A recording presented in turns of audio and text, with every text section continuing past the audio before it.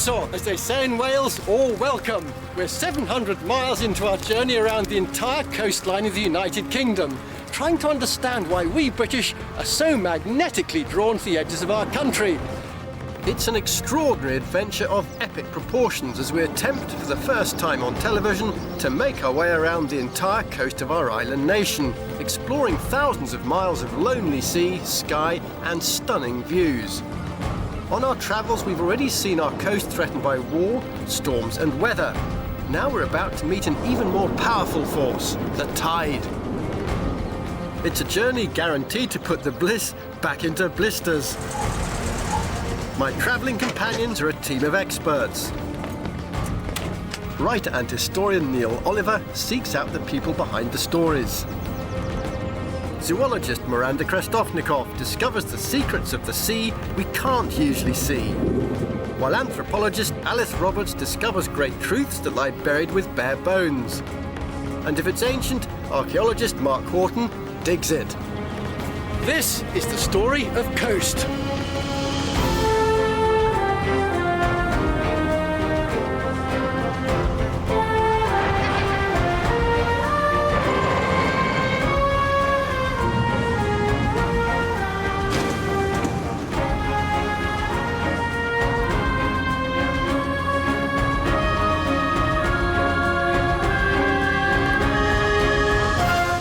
The next leg of our journey covers 460 miles of the Welsh coastline, heading west from the Severn Estuary, down to the tip of St David's Head and then back up to Fishguard. It's a part of the British coastline where one natural phenomenon dominates pretty much everything, from defence to building regs. It has one of the most extreme tidal ranges in the world. The extreme tides mean that twice a day, every day, there's a vertical rise in sea level of between 12 and 14 metres. That's an incredible 40 feet in old money, pretty much as high as that house over there. And from time to time, those tides create an awesome, almost unbelievable spectacle.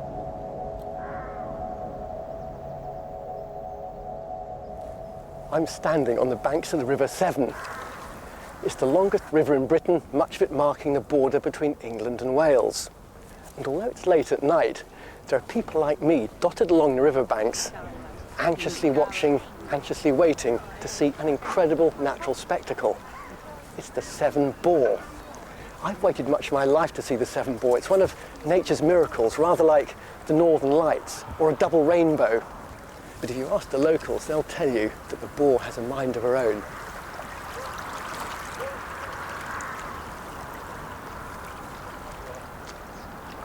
I'm sure there's something moving up there. The river's lost its shine. And I can hear my own heart pumping like mad. Breaking waves, there's breaking waves on the far side. Here it is, this is fantastic. It must be about 200 metres away and I can see the breaking wave already. This placid river is suddenly being ripped up and all the laws of nature have been thrown into reverse, have been broken because it's a great standing wave just moving unstoppably the wrong way. It's coming upstream and it looks like something living. Oh, and it's breaking on this side too, so we've got waves on both sides. The huge wall of surf just breaking out right close to me in here, going out 15 metres. Fantastic, absolutely incredible. There are more waves following it. My God, a huge wave! Fantastic! If I'm quick, because the river goes through some bends further upstream, if I'm quick I'll be able to cut the boar off and meet it further up.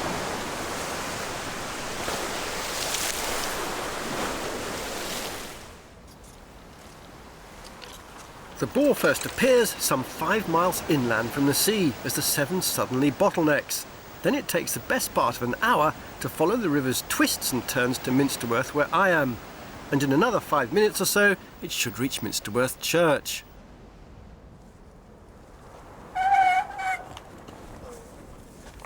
Made it. What's the time? I reckon I've got about a minute at most until the boar comes creaming around that corner down there. Now I've seen it once, I'm beginning to understand why thousands of years ago the people who lived along this riverbank looked at this wave with awe and a lot of incomprehension. In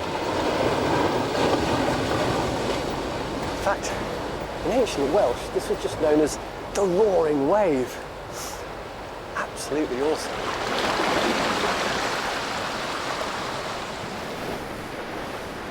From Minsterworth, the bore continues relentlessly, ripping at the riverbanks all the way to Gloucester.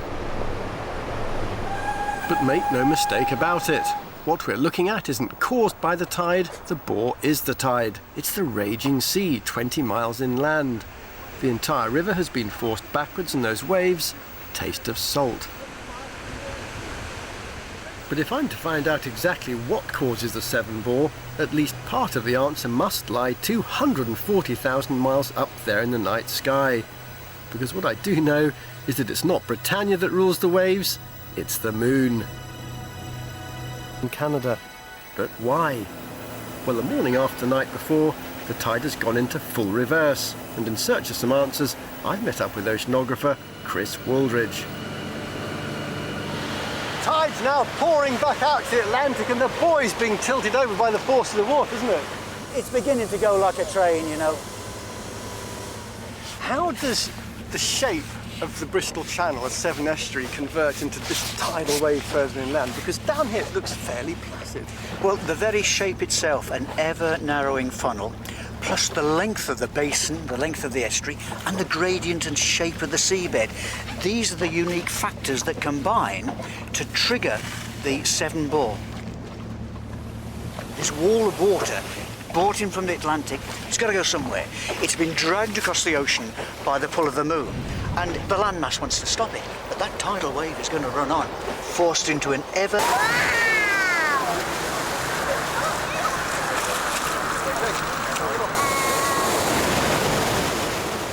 Unlike the Northern Lights or a double rainbow, the bore adheres to a strict timetable. And it's no surprise that crowds flock to see it, nor that many feel the urge to ride it, to tame it.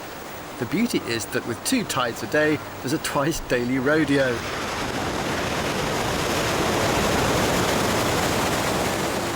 What is amazing is that for hundreds, if not thousands of years, people have apparently struggled to live with these tides rather than running a mile. Professor Martin Bell has spent 20 years examining evidence of this struggle preserved deep in the thick tidal mud of the Gwent levels between the Severn Bridge and Cardiff. Martin has promised to show me something incredible preserved in this mud. My first impressions? Well, the mud flats of the Gwent levels don't have quite the instant appeal of the Valley of Kings or even Salisbury Plain. This grey clay-like material is laid down in layers, like layers of cake icing almost, isn't it? Except it's much more skiddy. Yes, and it's these sediments, these banded sediments, that incredibly preserve human footprints. So you can see Is that what these are? Yes, these are actually Mesolithic human footprints. That is astonishing. Made in the soft mud, but now semi-consolidated as the whole thing's become compressed. And as you can see, they're quite small. They're obviously mostly children of 7, 8, 9 probably. So roughly when do these footprints date from? 7,000 years ago, at a time of very rapid sea level rise, when the whole estuary was really inundated. Previous to that, there'd been a bay stretching between Pembrokeshire and Devon, but suddenly this funnel-shaped estuary opened up, and it's at that time that the huge tidal range, 14.8 metres, would have developed. And that was the beginning of the Severn bore? Exactly. So these children could have seen the first tides that caused the Severn bore? Yes.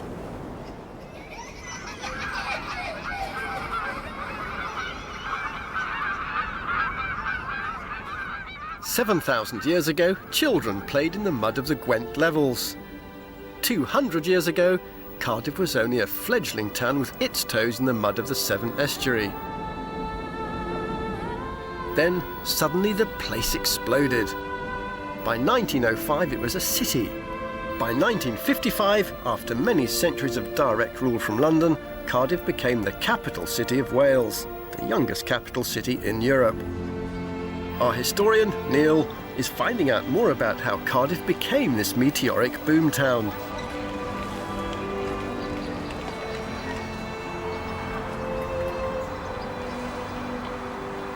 Cardiff was built, as local girl Shirley Bassey would say, by men of distinction and real big spenders. This grand building is the old Cardiff Coal Exchange, where in 1904 the world's first £1 million cheque was signed. In fact, these coal sheikhs fixed the global price of coal. So how come? It started in the 1850s when the Admiralty decided that only steam coal from the Welsh valleys was good enough for the fleet. Soon, massive quantities poured down the Rhondda to Cardiff docks. Coal exports reached their peak in 1913 when 26 million tonnes of the stuff were shipped out, all over the world. That's enough coal to fill the Millennium Stadium here 19 times over, and that's official.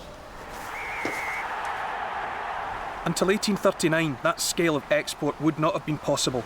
Cardiff simply wasn't capable of playing host to ships big enough for such a vast scale of export. Enter, centre stage, one of my fellow countrymen, John Patrick Crichton Stewart, 2nd Marquess of Bute, and at the time, one of the richest men in the whole of the United Kingdom. What Bute did was to tame and harness the sea by building docks with lock gates, keeping the tide in when he wanted, allowing far bigger ships to come and go. Coal flooded out to every last outpost of empire, and coal fired the belly of her fleet.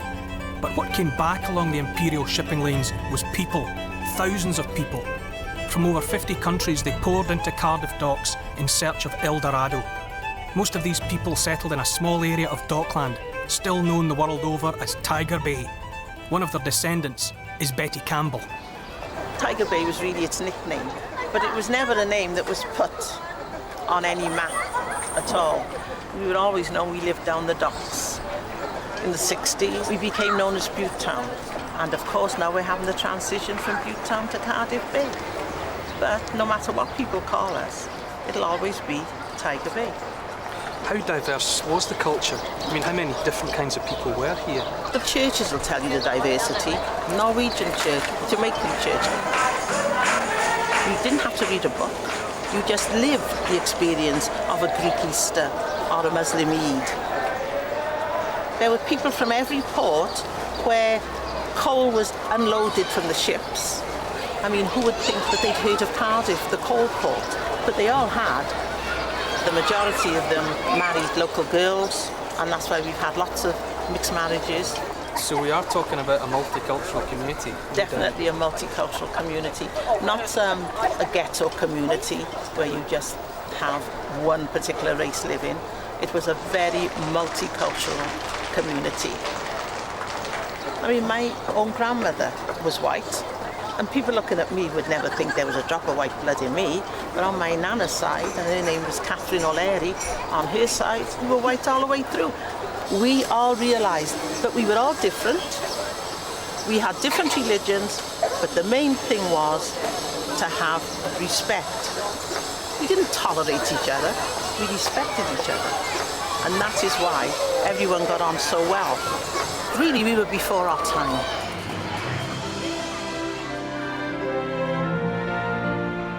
The coal ships no longer returned to Cardiff on the tide, carrying their human ballast from over 50 countries, and new wealth has been poured into the vibrant development of Cardiff Bay.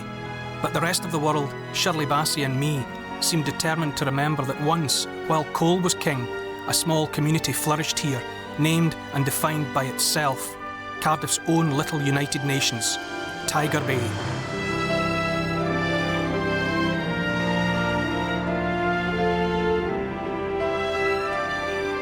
Barely 5 miles away from the urban hustle and concrete bustle of Cardiff, the sheer destructive force of the sea becomes evident again. Already the coast is changing. The flat banks of the River Severn over here are giving way to something much darker and more rugged over here in South Glamorgan. And whenever I see contours like that being cut off by the coast itself, I can be pretty certain when I reach that spot that I'm going to be standing on top of a towering buttress of rock above the hammering tide. But no map ever prepares you for the sheer drama of the real thing.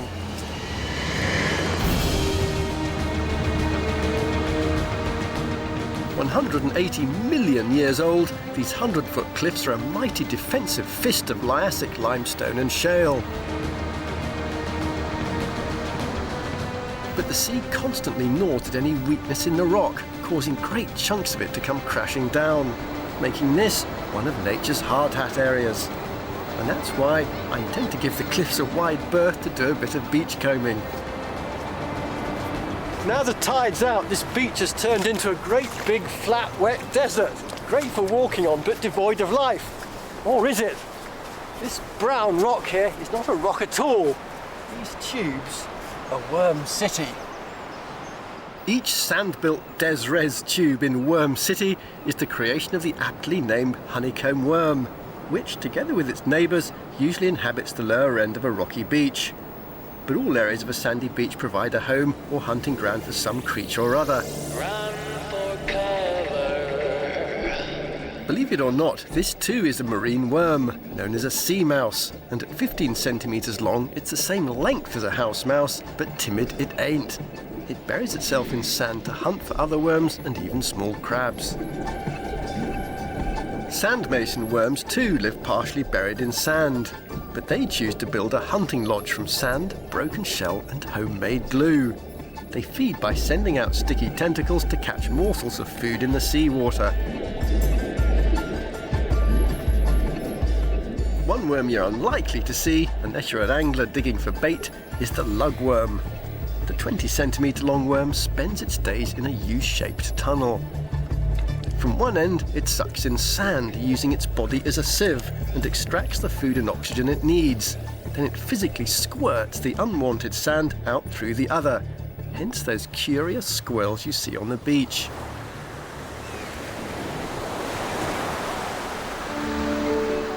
So tread softly. The next time you play frisbee or take the dog for a walk on a beach, remember, there is something down there. But what of the sand these creatures choose to inhabit? Think about it, we're no different. If you fancy a trip down to the coast right now, don't move. You're surrounded by it. Without sea sand, there wouldn't be a new house, hospital, school, brick or bridge. Sand is one of the great gifts of the tide. And the greater the tide, the greater the gift. But is sand itself the product of waves relentlessly pounding cliffs into boulders into bits? Or is it something far more ancient?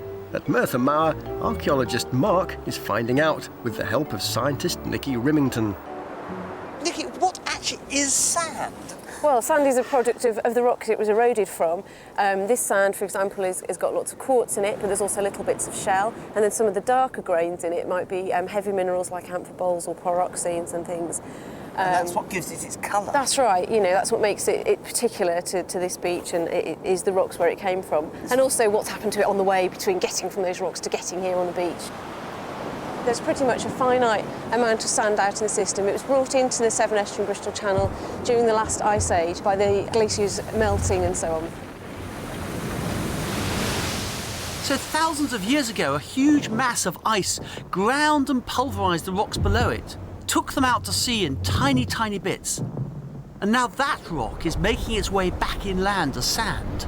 Yeah, that's right, that's right. So it's a real life history in just a handful of sand. Yeah, and if you can compare it to some other examples of sand, this one's come from Tuscany in Italy, from a volcano, which is very much darker, much more coarse, completely different makeup of different minerals, not the quartz that we see in this beach. This one... Oh, wasn't that lovely? ...is from the west coast of Scotland, completely different again to what you see here. Let's take a little bit, if I may. Yeah. Just compare it. Gosh, isn't that wonderful? Totally different colour, isn't it? Yeah, and this one is very much more a pure quartzite and obviously has been weathered to that much finer consistency. This is a magical substance. Yep. How does it move backwards and forwards? Well, quite an important part of this stretch of coast is the high tidal range, and that's why you get such massive beaches exposed. What happens is that the sand can be brought up onto the beach by the action of the water, but then as the beach dries out, the wind is able to move the grains of sand. And eventually, that's what you end up with. Great big sand dunes.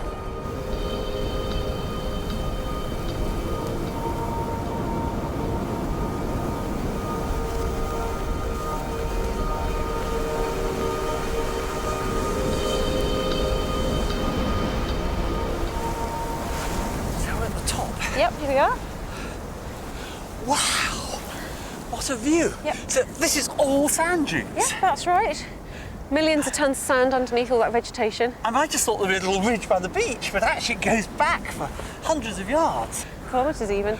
I mean, it all looks actually quite stable. If you look at this section, it's heavily vegetated and fairly stable. But look how close we are now to the front of the dune system and the beach and really the banks offshore, and it's all part of the same system. We know sea level is rising. Over the next 100 years or so, it's estimated that the sea level might rise by 40 centimetres.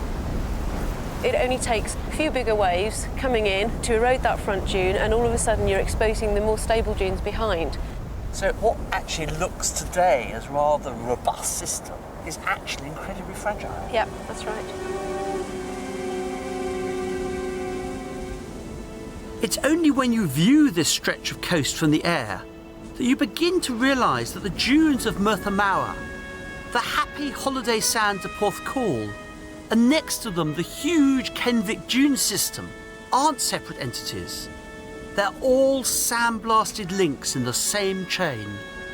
On a day that seems to fulfil the prophecy of climatic change, I've come to meet Barry Griffiths, a local historian who's been studying the Kenvic dunes.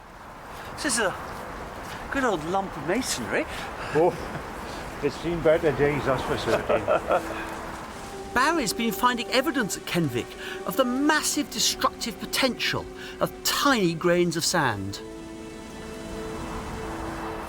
Oh, what a splendid castle this is. I mean, it sort of looks early.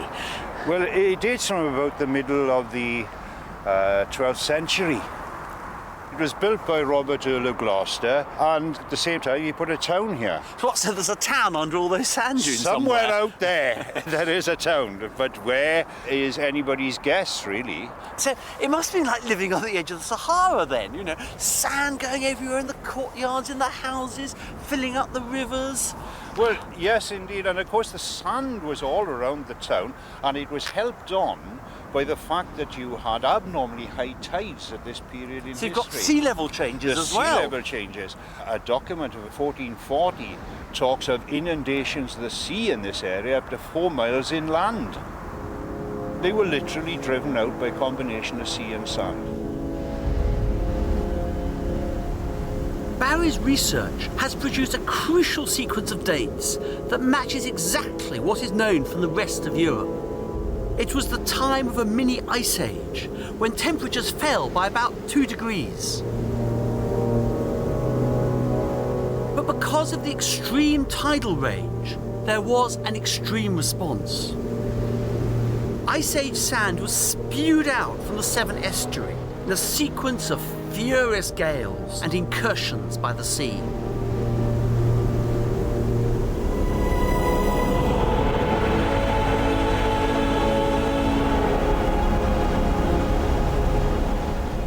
All around Swansea Bay, there are tales of lost villages, but you'd have a heck of a job finding them.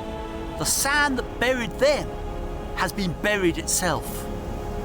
In the 1950s, the massive Sandfields estate, the biggest in Europe at the time, was built at Port Talbot on sand dunes.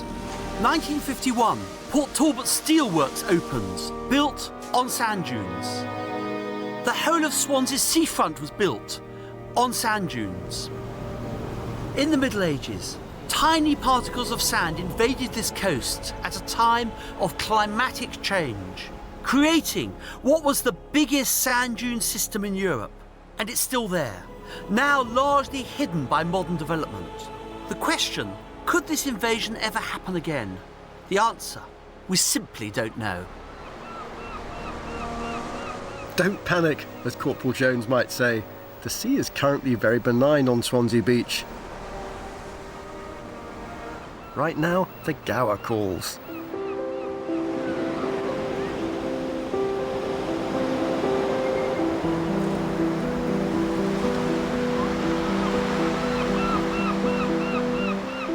The Gower was designated the UK's very first area of outstanding natural beauty back in 1956. It's not difficult to see why. But the Gower was popular for some while before it was given official recognition. People have been coming here for at least 30,000 years. Proof of such early visitors came in a spectacular discovery made here over 170 years ago. Even today, the very name Paviland Cave brings a sparkle to the eyes of hardened archaeologists and anthropologists alike. And for our own anthropologist, Alice Roberts, the trip down to the cave is long overdue. No, this is actually the first time I've ever been to Paviland, so I'm very excited. So it's a bit of a sort of pilgrimage for me because it's somewhere I've always wanted to visit, and it is fantastic. It's beautiful view, Yeah, isn't gorgeous. it? My guide on the rocky road to Paviland is archaeologist and expert on early man in Britain, Paul Pettit. So where is the cave, Paul? Oh, the cave is just around the corner, just out of sight, about 20 metres above where you see the waves. How long have we got when we go round to the cave? Well, low tide's in about an hour. We'll probably have about an hour in all down there to be safe. Right, OK, well, better get on with it then.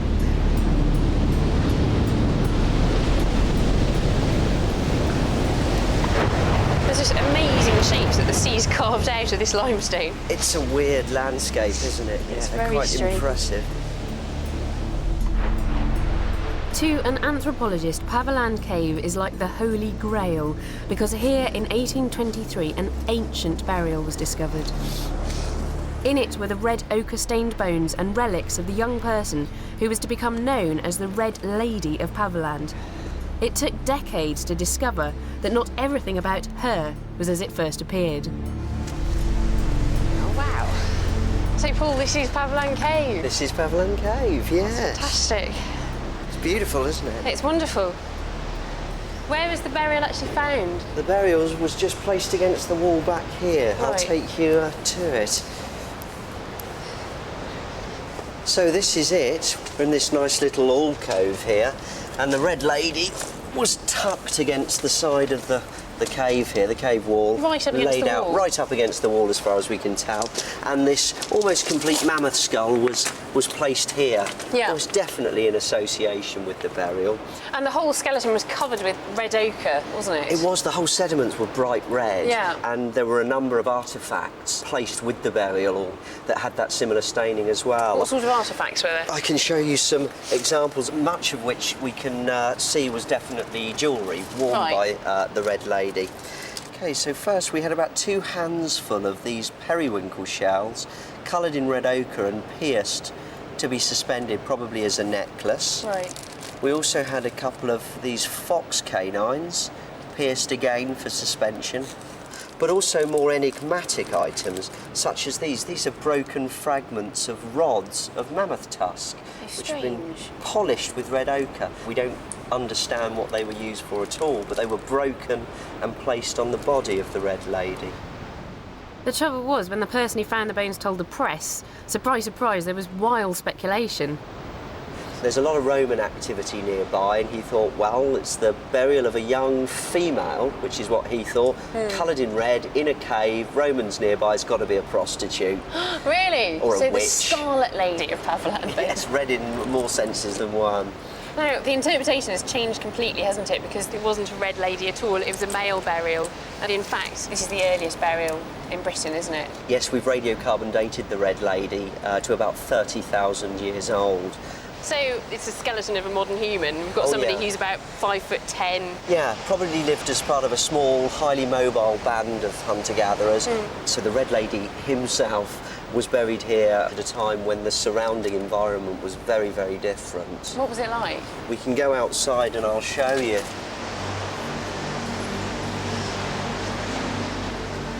Well, as you can see, we're now looking down on the tide incoming, but at the time the Red Lady lived and died, we'd be looking down about 100 metres at a vast plain below us. The climate's already starting to deteriorate towards the severe conditions of the last ice age. So we went on the coast. We went on the coast, that was about 75 miles away at the time. This would have been tundra then? Absolutely, presumably. well, polar desert in Yeah. fact.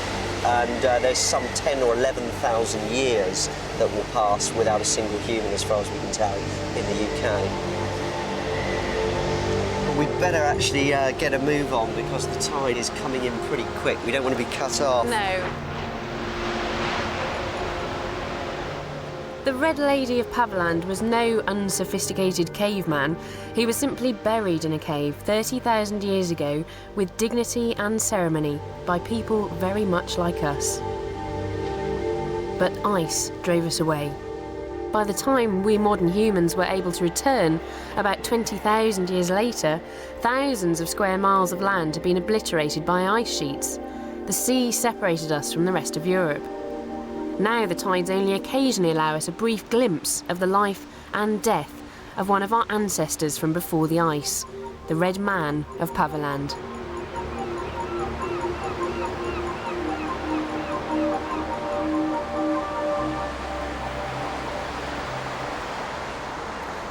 As a kid, I used to spend hours doing this, staring into rock pools at miniature parallel universes, whole communities assembling and dispersing with every tide.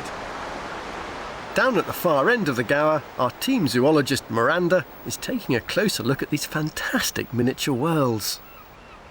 Between the Gower Peninsula and Worm's Head, a vast causeway is revealed twice a day, every day on the ebbing tide. And amongst the great ribs of exposed rock, some fantastic rock pools. Many of them host to constantly changing colonies of plants and sea creatures for hundreds, if not thousands of years. Showing me round the causeway is local expert rock pooler Russ Spenceley.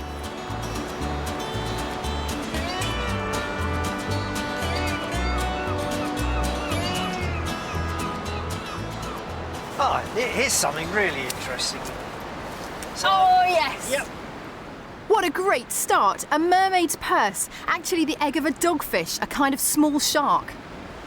And we're very lucky because this one's actually alive and alive and kicking.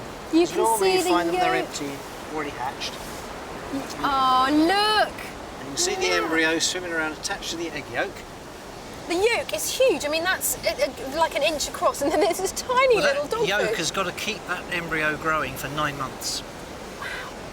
It's like a baby in a womb, but you can see in. Well, and it's just- exactly what it is. How beautiful. We'll put it back in there. Oh, and, brilliant. Well done, you. hopefully That they'll was hatch. really good. What are the best tips for getting close to the critters that you don't often see?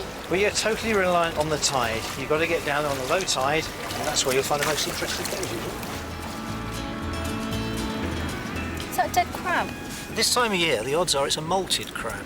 As they grow, they cast off their old shells, and you can always tell, because if you open it up, there's nothing in there but the gills. And also, if you smell it, there's no smell.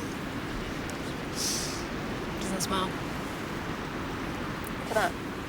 Somewhere close by, there will be the crab which came out of that, which will be about half as big again. Yeah. Probably hiding away because its new shell's a bit soft for the first few days. And it's a bit vulnerable. And it's very tasty to everything else that lives in the sea. Yeah. A perfect little crab.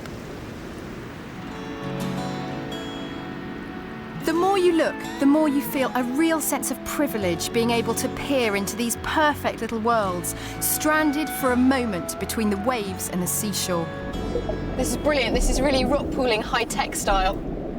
It looks very idyllic from up here, but life in a rock pool's pretty tough, isn't it? It's one of the harshest environments. All these creatures which have evolved to live in salt water, for about 4 hours a day they're exposed to the elements when it may be really hot, maybe really cold, raining, snowing. In fact, these creatures face all sorts of extreme challenges. On a hot day, evaporation can increase salinity, and without waves to aerate the pool, you'd think a lack of oxygen could also be a threat to life. But no, seaweed kicks in, providing oxygen through photosynthesis. The biggest problem for a rock pool's lodgers can be a sudden cold wave, causing the temperature to drop by as much as 15 degrees Celsius. And for a tiny creature, that's like jumping straight from a hot jacuzzi into an ice-cold bath. So I'm always amazed at how many species survive and thrive in our rock pools. Well, there's various reasons for this. The British Isles is where the northern species and the southern warm water species meet, so we get some of each. We've got a huge tidal range here, so there's a vast area for them to live in, and that's why we have all these wonderful creatures. Who says the camera never lies? Look at this. It's a blenny. He looks enormous. Go on then. But he's only a few centimetres long. He's brilliantly adapted to these conditions.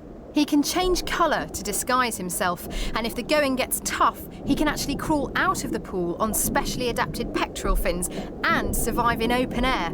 There you go, small is clever. In some of the deepest pools, exposed at very low water, you might even get to see a lobster waiting eagerly to see what's going to drop in on the next tide. The tide is moving quite rapidly. Okay. Another 20 minutes or so, we'll be underwater again. This will revert back to seabed. OK, should we get out So of here and I get the think rest it's of the time to kit? gather the kit. Rock pooling is such a great way to while away a few hours, and there's a wealth of fabulous animals to discover on our shores.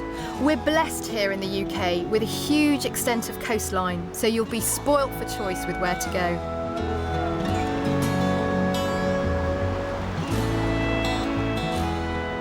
Leaving the rocky wonderland of Worm's Head, we head for the magnificent sands of Pembrey, Neptune's own racetrack.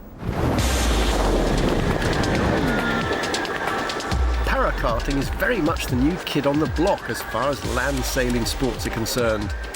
But Pembrey is already a honeypot for parakarters from all over the UK, drawn to this organised event because this huge tract of sand is smooth as a snooker table, hard as iron, and it's relayed twice a day, courtesy of the tides. It's a wonderful wind-powered rush, hurtling along at 30 to 40 miles an hour, just a few centimetres off the ground.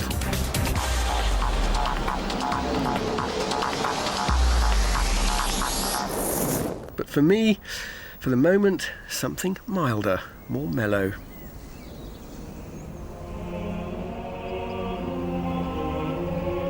Just across the Towy estuary from Pembrey, a literary landmark, the pretty, sleepy seaside town of Larne.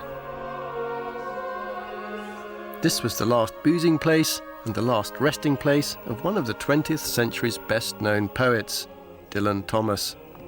Indeed, many claim that Larne and its people were the inspiration for Thomas's lyrical radio play, Under Milk Wood.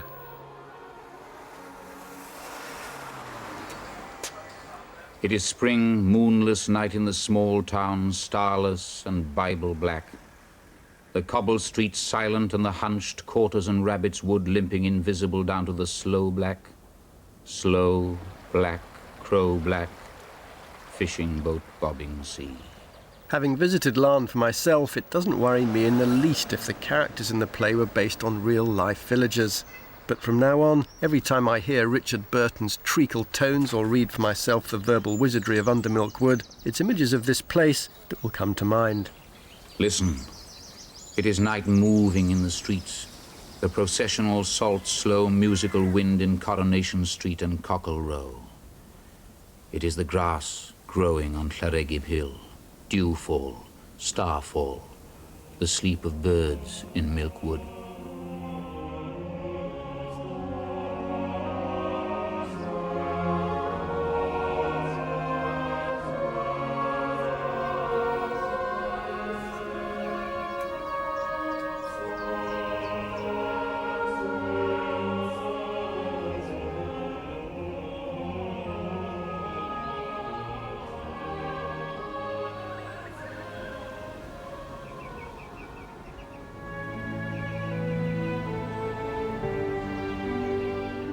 After the vast half-moon of Carmarthen Bay, the coast begins to twist and turn, and as we reach the holiday haven of Tenby, majestic cliffs and glorious sandy coves begin to dominate the coastline.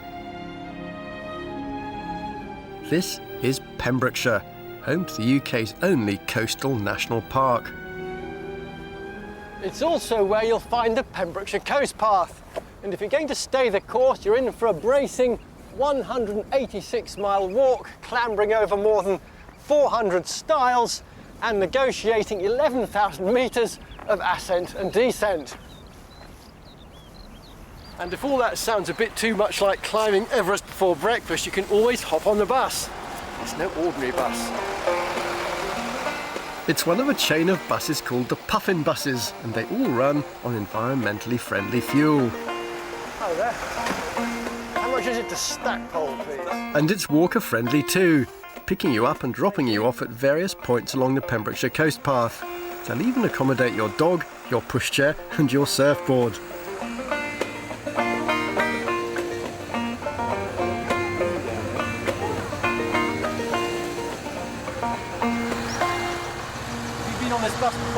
I use it quite often, actually. I'm very fortunate in that it goes past my house.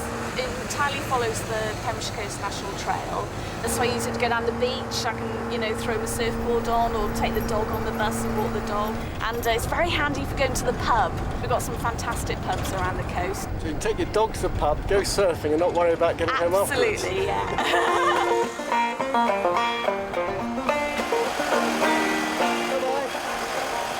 Time for me to get some exercise again.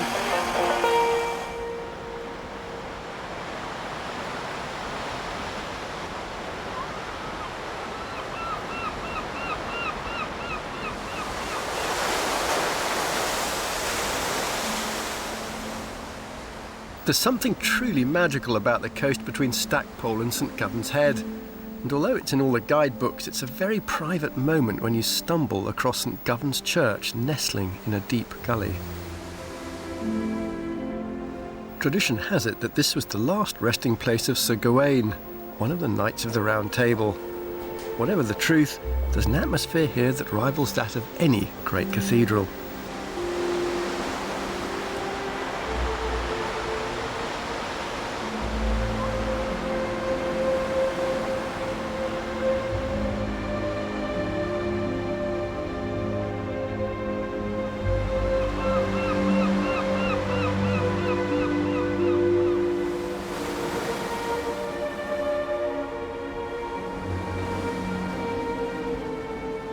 You can drink deeply of the beauty of this landscape and be inspired by it, but you can't eat it. Fortunately, the very nature of the coast here provides a golden opportunity for industry. As we leave the tidal rhythms of the Bristol Channel and veer north, the coast gets fully exposed to the ravages of the sea. And yet it's here that we find the huge oil and liquid gas terminals of Pembroke Dock and Milford Haven, because the Cleddau estuary on which they stand is almost like an inland lake, protected by the sheltering arm of St Anne's Head. To a geographer like me, this is a ria, a flooded valley, but to shipping, it's one of the deepest and finest natural harbours in the world.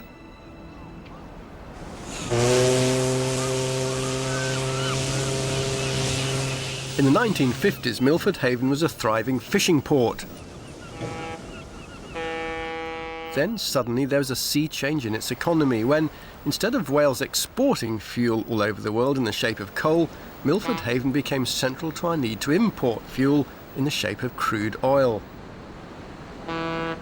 Day and night, massive tankers sailed through the narrow jaws of the estuary. Then one night, the haven became hell. We're getting reports that a 147,000-ton tanker has run aground in South Wales. On the 15th of February 1996, the Sea Empress all but broke her back off St Anne's Head, spilling over 70,000 tons of crude oil into the sea. Thousands of seabirds died, the local economy was badly hit for a time, and the clean-up took months. It was a disaster. But it was a mercifully rare disaster for Milford Haven, even for the UK, thanks to the existence of lighthouses. Given the Hell's Teeth collection of rocks at the mouth of the estuary, it's not surprising that there's a greater concentration of lighthouses here than almost anywhere else in the UK. There's something about a lighthouse, a certain light in an uncertain darkness. Try to imagine the UK coastline without them. They get to you. They get to our historian Neil big time. When I was a wee boy, long before I thought about a job in history, I wanted to be a lighthouse keeper. But I'm never going to get the chance, because in the mid-1990s, every lighthouse in the UK was automated. I still want to know how it would feel to be marooned on a rock, not knowing how or when I was going to get back.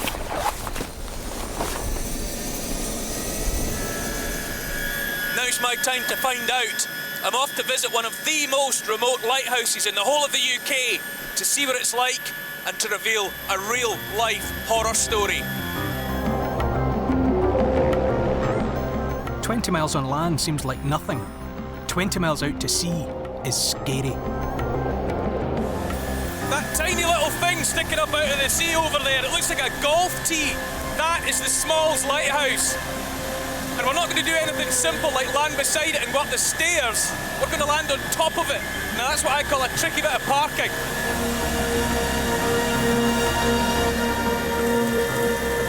That's unbelievable. I can't believe anybody managed to build that.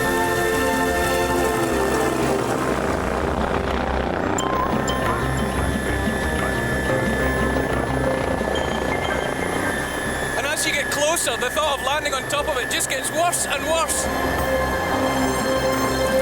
It's not getting big enough. It's definitely not big enough to land on.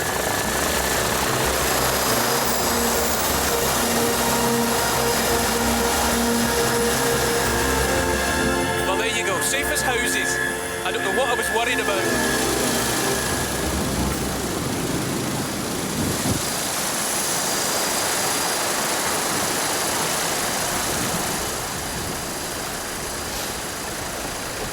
Helicopters, lighthouses, this is shaping up to be the best trip of my life. But this is not how I want to be remembered. So if you'll excuse me, I'm off to change into something less orange. The local seals seem unimpressed by my arrival. They've seen loads of people here recently, when the lighthouse was converted to run on wind and solar energy, the first of its kind in the UK, and all to power, wait for it, a 35-watt bulb, which, thanks to its superbly engineered lens, can be seen 21 miles away. That's incredible. Down into the bowels. Oh, very nice. Very nice indeed. I've been in guest houses that weren't as well appointed as this. And voila! The toilet. Now, it's a modern suite, but Smalls Lighthouse was the first lighthouse in the UK to have a flushing toilet.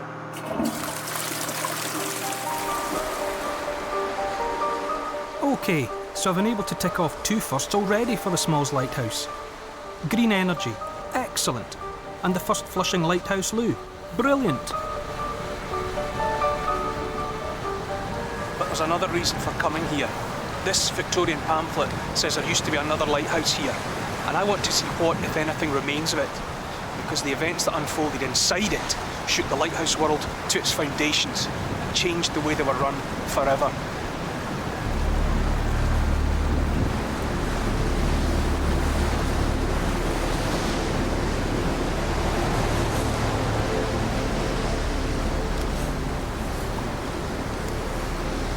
This is unbelievable. Another one. I knew there were supposed to be remains of the original lighthouse out here, but I had no idea it was going to be so substantial. Back in 1775, a guy called Henry Whiteside won the contract to build the first lighthouse out here. And the solution he came up with almost beggars belief. What he did was he erected a circle of massive oak beams, great posts rising 70-odd feet into the sky. On top of that, he built the lighthouse itself, the home of the beacon, also home to a couple of guys who would be out here for weeks or even months at a time. This is a picture of the thing. People must have thought he was off his head when he showed them this drawing. But his solution was that the waves would break through these massive posts, and instead of breaking them, would just carry on. And he was right, because this thing stood up to the westerlies for over 70 years. But as you can probably imagine, if you build a lighthouse on stilts, you're asking for trouble. And sure enough, within months of the thing becoming operational, the lighthouse keepers out here were complaining that it was rocking drunkenly in the heavier gales. And so Whiteside and his engineer were summoned out here fast to see what they could do to reinforce it and to shore it up.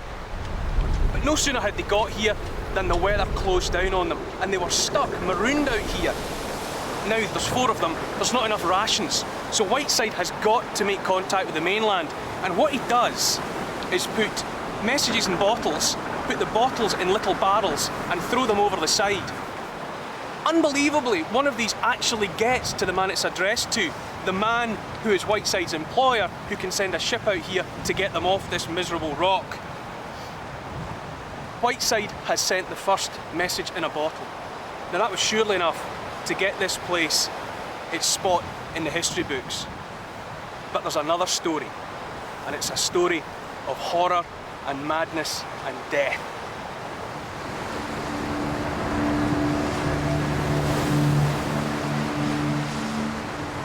The winter of 1800-1801 was a particularly savage one.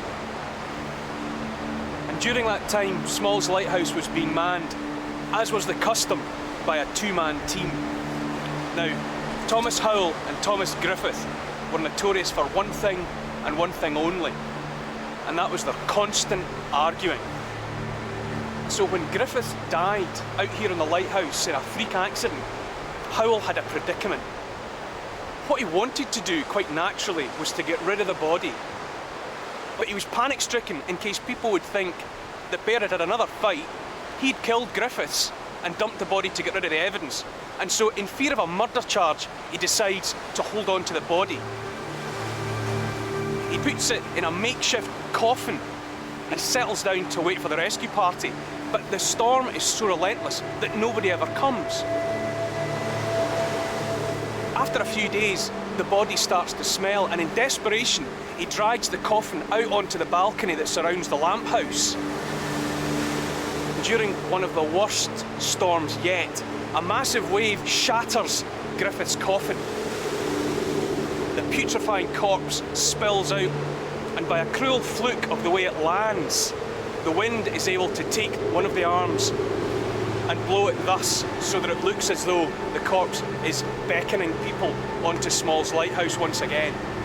And this is the sight that greets the rescue party when, after more than 3 months, the storm has abated enough for them to get out to the lighthouse.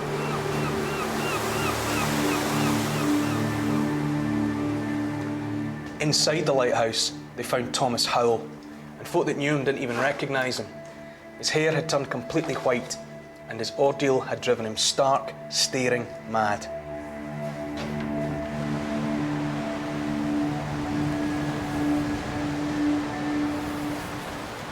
The tragedy changed the lighthouse world forever. From then until the mid-1990s, when they were all fully automated, every lighthouse in the UK was assigned a 3-man crew, so that if disaster should overtake one of them, there would still be 2 to help keep each other sane.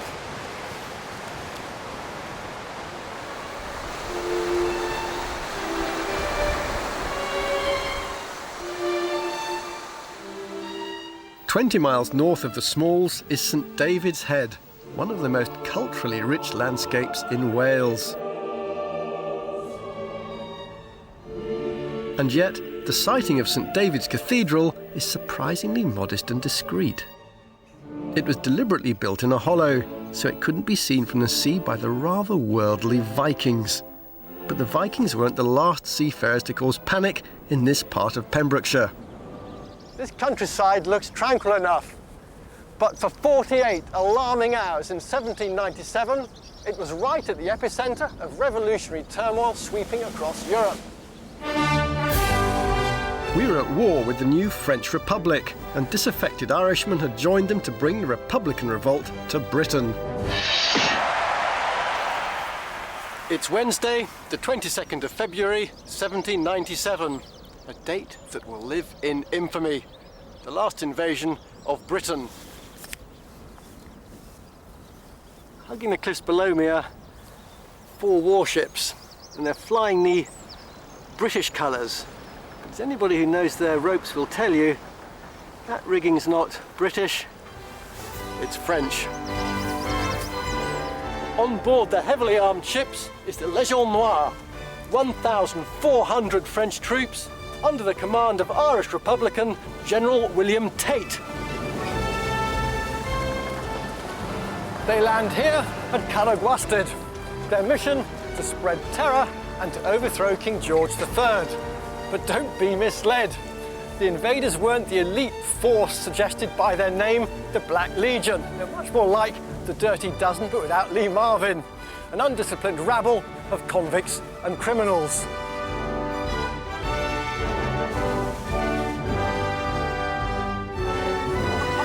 It's when they start to forage for food that the invasion goes belly up.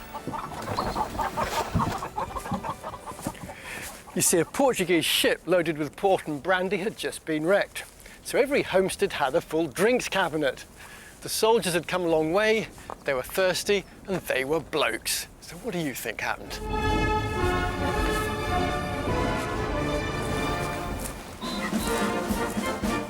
Much of what did happen next is the stuff of legend. But we do know that the local militia was called and that Welsh women swelled the ranks of the militia, striking terror into the hearts of the French troops. Possibly the invaders mistook the women in their tall black hats and red cloaks for British grenadiers. Or perhaps the women were scary enough as themselves. 1,400 men with hangovers and food poisoning do not constitute an effective fighting force. After 48 hours, they surrender. The last invasion of British soil dissolved into French farce, and the denouement, captured French troops for exchange for British prisoners of war. There was the inevitable run on the pound, oh yes, and George III patriotically sacked his French chef. Britain was safe. From Fishguard, the next leg of our journey will take us around Cardigan Bay and up to North Wales and back into England. There are rich pickings with stories of a Welsh Atlantis, a little-known visitor to our shores, a turtle as big as a mini, and an extraordinary race that led to the building of two of our finest bridges. It's a section of our coast that I hardly know, and I'm really looking forward to it.